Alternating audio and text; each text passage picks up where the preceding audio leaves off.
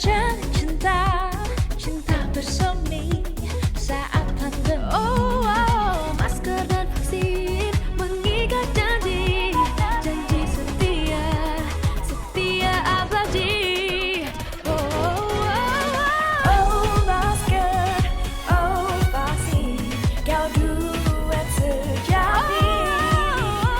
Ayo masker, ayo vaksin, tiada yang dapat merenggut sehatmu. Oh masker, oh vaksin, kau duet sejati. Ayo masker, ayo vaksin, tiada yang dapat merenggut sehatmu.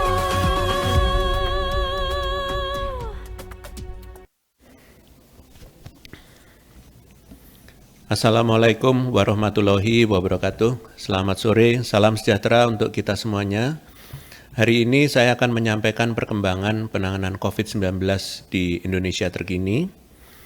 Di beberapa negara tetangga Indonesia, jika dilihat pada perkembangan kasus mingguan di 4 negara, yaitu Jepang, Korea Selatan, Australia, dan Singapura, ternyata terdapat kenaikan yang cukup signifikan dalam 1 minggu terakhir. Per tanggal 31 Juli, kasus di Jepang bahkan mencapai angka lebih dari 1 juta. Korea Selatan juga mencatatkan angka 500 ribu kasus lebih, disusul Australia dengan hampir 300 ribu kasus, dan Singapura yang mencapai 54 ribu kasus dalam 1 minggu. Kasus mingguan Indonesia menjadi yang paling rendah jika dibandingkan dengan 4 negara tersebut. Namun, meskipun begitu, kita tetap perlu waspada dengan kenaikan kasus yang terjadi di Indonesia. Di minggu ini, kenaikan masih terus terjadi, bahkan semakin banyak jumlah kasus mingguannya jika dibandingkan dengan minggu sebelumnya. Kasus positif mingguan di minggu ini tercatatkan sejumlah lebih dari 38.000, sangat tinggi jika dibandingkan dengan awal Juni yang hanya 2.000-an saja. Artinya, kasus positif mingguan telah naik sebanyak lebih dari 15 kali lipat dalam 2 bulan. Kenaikan ini juga diiringi dengan kenaikan kematian, meskipun tidak sesignifikan kenaikan pada kasus positif. Di minggu terakhir terdapat 91 kematian, di mana angka ini juga meningkat tajam dibandingkan dengan minggu sebelumnya yang masih berkisar di angka 40 kematian. Bahkan dalam beberapa hari terakhir, kita sempat menyentuh lebih dari 20 kematian dalam 1 hari. Jika dilihat pada tingkat provinsi, 5 provinsi penyumbang tertinggi kasus positif mingguan bergeser dibandingkan dengan minggu sebelumnya.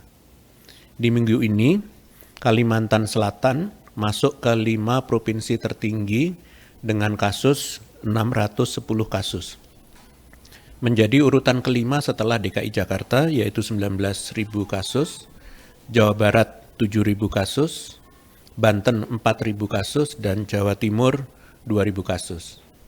Kematian di 5 provinsi ini juga menunjukkan peningkatan dengan DKI Jakarta menjadi provinsi dengan penambahan kematian bulanan terbanyak, yaitu 29 kematian.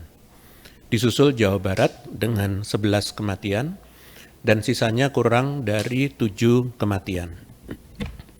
Sayangnya angka keterisian tempat tidur atau BOR yang pada minggu-minggu sebelumnya dapat kita pertahankan di bawah 5%, nyatanya saat ini sudah mengalami peningkatan.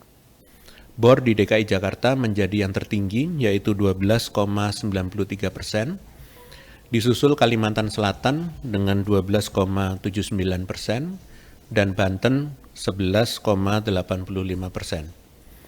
Jawa Barat memiliki angka BOR 8,28% dan hanya Jawa Timur yang angka BOR-nya di bawah 5%. Penting untuk belajar dari penyebab kenaikan kasus di negara lain agar kita dapat merefleksikannya dan mencegah semaksimal mungkin potensi tersebut terjadi di Indonesia. Di Jepang, kenaikan terjadi karena memasuki periode musim panas. Mobilitas masyarakat untuk rekreasi dan melakukan perjalanan baik internasional maupun domestiknya meningkat. Subvarian dan BA2 yang menyebar dengan luas seiring dengan kegiatan publik yang semakin meningkat menjadi penyebab terbesar kenaikan kasus di sana. Di Korea Selatan, kenaikan terjadi karena pembukaan perjalanan internasional yang dibarengi dengan penghapusan sebagian besar peraturan menjaga jarak sehingga hanya mengandalkan penggunaan masker saja. Di Australia, kenaikan terjadi karena subvarian BA5 yang menyebar luas di sana. Diperparah dengan lonjakan kasus influenza secara bersamaan. Sedangkan di Singapura, kenaikan terjadi juga karena subvarian BA4 dan BA5. Hal ini menunjukkan bahwa ancaman varian baru COVID-19 tidak bisa dianggap enteng. Meskipun saat ini di Indonesia dampaknya tidak seperti negara-negara lain, namun kita tetap perlu waspada karena kemungkinan lonjakan kasus ini masih ada. Kita perlu meminimalisir potensi terjadinya lonjakan kasus dengan belajar dari negara-negara tersebut. Pastikan perilaku hidup bersih dan sehat diterapkan dalam kegiatan sehari-hari karena tidak hanya dapat melindungi dari COVID, namun pola PHBS ini juga dapat mencegah kita terkena penyakit menular lainnya. Dengan begitu, daya tahan tubuh kita akan semakin meningkat dan potensi timbulnya gejala sedang dan berat juga dapat diminimalisir. Adanya ancaman subvarian BA5 dan BA4 ini perlu diantisipasi dengan pengetatan kembali kedisiplinan protokol kesehatan secara menyeluruh dan benar. Tidak hanya memakai masker, namun juga menjaga jarak dan mencuci tangan. Hal ini terbukti berdampak positif untuk menurunkan kasus di beberapa negara lain, contohnya adalah Perancis dan RRT, yang kembali menerapkan wajib masker kembali baru-baru ini. Peningkatan kasus yang terjadi berpotensi disebabkan oleh menurunnya kekebalan masyarakat terhadap COVID-19. Untuk itu, bagi masyarakat yang belum booster, untuk segera booster agar tidak hanya melindungi diri sendiri, namun juga orang lain, terutama kelompok rentan yang ditemui di rumah maupun di luar rumah. Dan kepada seluruh pemerintah daerah, terutama 5 provinsi tertinggi, untuk mengevaluasi penanganannya di daerahnya masing-masing. Apabila kenaikan kasus terus terjadi, perlu diambil langkah tegas untuk mencegah terjadinya kenaikan terus-menerus dan kembali membawa kita pada puncak kasus baru. Selanjutnya, saya hendak menggambarkan bagaimana perilaku masyarakat dalam menjalankan protokol kesehatan saat ini sebagai bagian dari perilaku bersih dan sehat dalam situasi pandemi COVID-19. Di tengah kondisi kasus yang kembali dinamis dalam beberapa minggu terakhir, COVID-19 mengingatkan kita kembali pentingnya konsisten mengendalikan peluang penularan secara bersama-sama. Secara spesifik, upaya 3M yaitu menggunakan masker, menjaga jarak, dan mencuci tangan. Sebagaimana pantauan kepatuhan protokol kesehatan secara nasional, nampak bahwa adanya kecenderungan sikap setengah disiplin dalam menjalankan 3M, yaitu sikap di mana hanya 1 atau 2 aspek protokol kesehatan saja yang dijalankan dari 3 aspek yang seharusnya tidak terpisahkan. Dan secara linier, kinerja pemantauan dan pelaporan kepatuhan di daerah pun semakin menurun, di mana dalam beberapa bulan terakhir, jumlah daerah yang melapor semakin berkurang. Hanya 17 dari 34 provinsi yang melapor pada pekan terakhir, yaitu antara tanggal 25 sampai dengan 31 Juli 2022.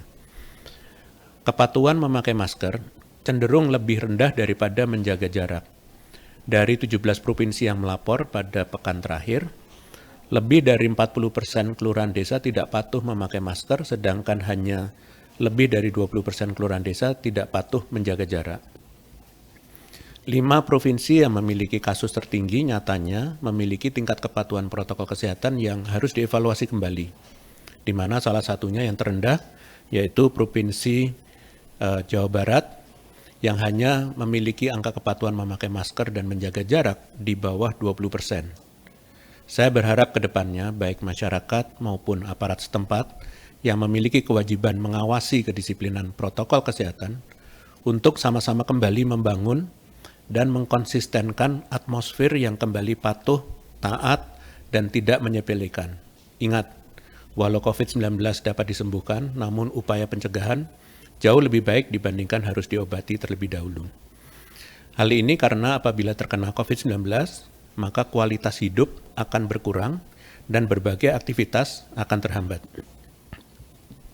Selain itu, kita juga berpotensi tinggi untuk menularkan orang lain, serta memiliki dampak jangka panjang atau long COVID di kemudian hari. Perlu menjadi perhatian semua bahwa beberapa penelitian pun sepakat bahwa jika kasus COVID-19 tidak terus ditekan, beban kesehatan masyarakat ke depannya akan semakin berat. Studi menunjukkan bahwa terdapat peningkatan jumlah kebutuhan kontrol medis lanjutan ke rumah sakit akibat gangguan kesehatan pasca sembuh dari COVID-19. Dan potensi tersebut akan lebih besar jika sebelumnya pasien tersebut memiliki riwayat gangguan kesehatan mental. Jika tidak ditekan kondisi ini, maka akan berpotensi mengganggu kualitas hidup perseorangan. Menilik beberapa waktu ke belakang, saya telah menjelaskan bahwa 12 upaya perilaku bersih dan sehat atau PHBS sebagai dasar untuk membentuk kondisi kesehatan masyarakat jangka panjang yang baik serta atau tidak nantinya. Di antaranya yang utamanya yaitu mencuci tangan, memakai masker, menghindari kerumunan, menghindari bersentuhan, rutin disinfeksi. Selain itu, jangan lupa untuk tidak keluar rumah saat sakit dan mengkonsumsi makanan yang sehat, hindari menyentuh wajah, secara aktif kegiatannya dan minum cukup air serta menjaga kesehatan mental dan tidur yang cukup. Oleh karena itu, gaya hidup bersih dan sehat adalah budaya yang tidak mengenal batasan waktu, harus dijalankan dengan konsisten dan sempurna untuk sepenuhnya terjaga. Kembali munculnya beberapa penyakit baru maupun yang sudah ada sebelumnya patut menjadi refleksi pentingnya membudayakan PHBS dalam berbagai ragam aktivitas kita. Saat ini, banyaknya negara yang kembali melonjak kasusnya akibat mandat pembebas masker maupun munculnya fenomena seperti COVID-19 rebound atau munculnya kembali gejala setelah sembuh.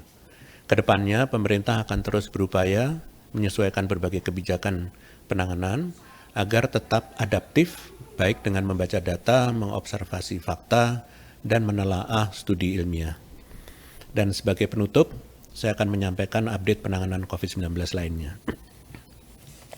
Per tanggal 2 Agustus, pemerintah melalui Inmendagri resmi memperpanjang PPKM leveling bagi wilayah Jawa Bali dan luar Jawa Bali yang berlaku 2 minggu dan 1 bulan mendatang. Perlu diketahui, mengikuti peraturan tersebut, seluruh wilayah kabupaten kota di Indonesia berada di level 1 berdasarkan pada indikator transmisi komunitas yang ditetapkan oleh Menteri Kesehatan dan pertimbangan kondisi sosial ekonomi masyarakat dalam menetapkan level PPKM. Dimohon kepada seluruh komponen masyarakat termasuk pemerintah kabupaten kota untuk disiplin terhadap protokol kesehatan dan peraturan yang telah dibuat oleh pemerintah pusat, tidak menutup kemungkinan ke depannya akan ada kenaikan leveling PPKM pada setiap daerah saat evaluasi ke depannya bila terjadi peningkatan kasus yang tidak terkendali. Namun, harus saya ingatkan, akan kemungkinan terjadinya peningkatan aktivitas sosial dan ekonomi diiringi dengan mobilitas yang tinggi pada masyarakat, dan ini tentunya dapat berimbas pada peluang penularan dan peningkatan kasus di kemudian hari. Oleh karena itu, saya meminta kepada seluruh pemerintah kabupaten kota untuk dapat mampu meningkatkan cakupan vaksinasi daerahnya yang kedepannya akan selalu diupdate oleh pemerintah pusat dan terus melakukan sosialisasi pentingnya PHBS kepada masyarakat untuk menjaga herd immunity tetap tinggi. Pemerintah pusat serta masyarakat akan terus mengevaluasi dan memonitor kinerja dari pemerintah daerah untuk menjaga keselamatan dan kesehatan dari setiap warganya. Selanjutnya, per 29 Juli kemarin berdasarkan surat edaran Kementerian Kesehatan telah memulai dosis booster kedua bagi sumber daya manusia kesehatan seperti tenaga kesehatan dan tenaga pendukung atau penunjang kesehatan. Saya menghimbau kepada seluruh SDM kesehatan untuk segera melakukan vaksinasi booster kedua di fasilitas pelayanan kesehatan atau di pos pelayanan vaksinasi COVID-19 dikarenakan sebagai kelompok yang memiliki risiko tinggi terpapar COVID-19. Sekian konferensi pers hari ini, saya lanjutkan dengan sesi tanya-jawab media. Terima kasih. Terima kasih, Prof. Pertanyaan pertama dari Akbar Evandio dari Bisnis Indonesia. Kapan vaksinasi booster keempat untuk umum, mengingat booster ketiga masyarakat sudah bakal memasuki 6 bulan sehingga berisiko imun turun? Terima kasih. Sebelumnya perlu saya jelaskan dari pertanyaan tersebut bahwa vaksin booster atau vaksin penguat yaitu vaksin yang diberikan setelah vaksin dosis inti yaitu dosis 1 dan 2. Pada prinsipnya, pemberian vaksin booster kedua akan diberikan berdasarkan prioritas terlebih dahulu, yaitu tenaga kesehatan, lansia, dan penderita komorbid. Mohon menunggu informasi selanjutnya dari Kementerian Kesehatan terkait waktu pergiliran vaksin booster kedua ini untuk masyarakat umum. Selanjutnya, pemerintah sudah melakukan serosurvei kembali di bulan Juni-Juli tahun ini sebagai dasar pengukuran tingkat herd immunity masyarakat yang diharapkan akan keluar hasilnya sebelum tanggal 17 Agustus. Terima kasih. Baik, Prof. Pertanyaan kedua dari media yang sama. Di aplikasi Peduli Lindungi banyak terjadi kendala, salah satunya kemunculan sertifikat yang terhambat. Apa langkah yang harus dilakukan masyarakat untuk memperbaiki hal ini? Baik, terima kasih Bisnis Indonesia. Jadi masyarakat dapat menyampaikan berbagai macam informasi ke beberapa kanal atau mengadu sebagai yang disampaikan oleh Kementerian Kesehatan, yaitu melalui email ke pedulilindungi@kemkes.go.id atau melalui WhatsApp ke 0811 10 500 567. Melalui call center juga bisa ke 119 ekstensi 9, di mana lebih direkomendasikan untuk tanggapan yang cepat. Terima kasih. Baik, Prof. Pertanyaan selanjutnya dari Heru KBR. Prof, saya izin tanya terkait penerapan protokol di perhelatan ASEAN Para Games.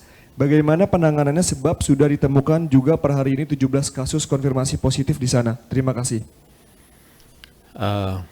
Terima kasih pada KBR. Panitia langsung mengisolasi kasus sesuai prosedur penanganan kasus Omicron yang telah ditetapkan oleh Kementerian Kesehatan. Kami mohon juga kepada panitia dapat menerapkan prosedur dengan baik dan benar untuk memperbolehkan partisipan acara untuk kembali beraktivitas jika benar-benar sudah sembuh dan memastikan bahwa acara berlangsung dengan aman COVID. Terima kasih. Baik, Prof. Pertanyaan selanjutnya dari Suci, detik.com. Kapan gelombang Omicron BA5 akan tercapai, mengingat katanya akan tiba pada pekan kedua dan ketiga Juli. Selain itu, bagaimana upaya pemerintah bagi masyarakat yang tes antigen sendiri untuk menghindari Peduli Lindungi berwarna hitam, dan mungkinkah puncak tersebut tidak tercapai akibat hal ini? Terima kasih. Baik, terima kasih pada detik.com. Di luar dari prediksi yang ada, baik untuk kita tetap waspada dengan potensi penularan yang ada. Selain itu, dimohon berbagai opsi yang diberikan pemerintah khususnya terkait alternatif metode testing dapat dijalankan dengan bijak. Ingat, testing dilakukan untuk deteksi dini, bukan untuk menutupi kondisi kesehatan seseorang. Terima kasih. Pertanyaan selanjutnya dari theo.medcom.id. Apakah pemerintah mengizinkan masyarakat menggelar lomba 17-an secara langsung dalam rangka memperingati Hari Kemerdekaan Indonesia? Bila diizinkan, bagaimana antisipasi Satgas mencegah lonjakan kasus COVID-19 akibat meningkatnya aktivitas masyarakat? Terima kasih. Baik, terima kasih medcom.id.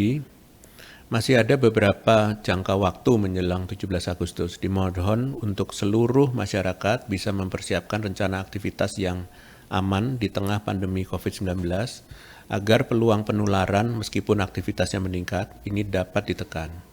Dan tetap utamakan protokol kesehatan dan ingat tunda kegiatan jika merasa sakit untuk kesehatan dan keselamatan bersama. Terima kasih. Baik, Prof. Pertanyaan selanjutnya dari Fitri, liputan6.com. BPOM telah menerbitkan izin darurat penggunaan vaksin Comirnaty atau vaksin Pfizer untuk booster anak usia 16-18 tahun. Lalu apakah rentang usia tersebut sudah boleh langsung dilakukan booster saat ini dan berapa targetnya? Baik, terima kasih liputan6.com. Saat ini perkembangan cakupan vaksinasi booster telah mencapai 27,22% dari sasaran vaksinasi yang sudah ditetapkan dan akan terus meningkat seiring upaya percepatan vaksinasi di seluruh daerah. Khususnya terkait dengan upaya booster untuk rentang usia yang lebih muda dari 18 tahun akan menunggu keputusan pemerintah ke depannya. Terima kasih. Baik Prof, pertanyaan terakhir dari media yang sama. WHO menyatakan bahwa setiap negara harus memprioritaskan capaian target vaksinasi 100% bagi tenaga kesehatan dan 100% bagi kelompok paling rentan termasuk lansia dan komorbid. Adanya strategi khusus untuk mencapai target ini? Baik, untuk saat ini pemerintah Indonesia mendahulukan cakupan vaksinasi pada seluruh target populasi rentan. Jika stok dan kemampuan vaksinasi pun terus meningkat, maka cakupan pada setiap populasi pun juga akan terus ditingkatkan. Baik, terima kasih. Dengan demikian berakhir konferensi pers. Terima kasih atas perhatiannya. Wassalamualaikum warahmatullahi wabarakatuh.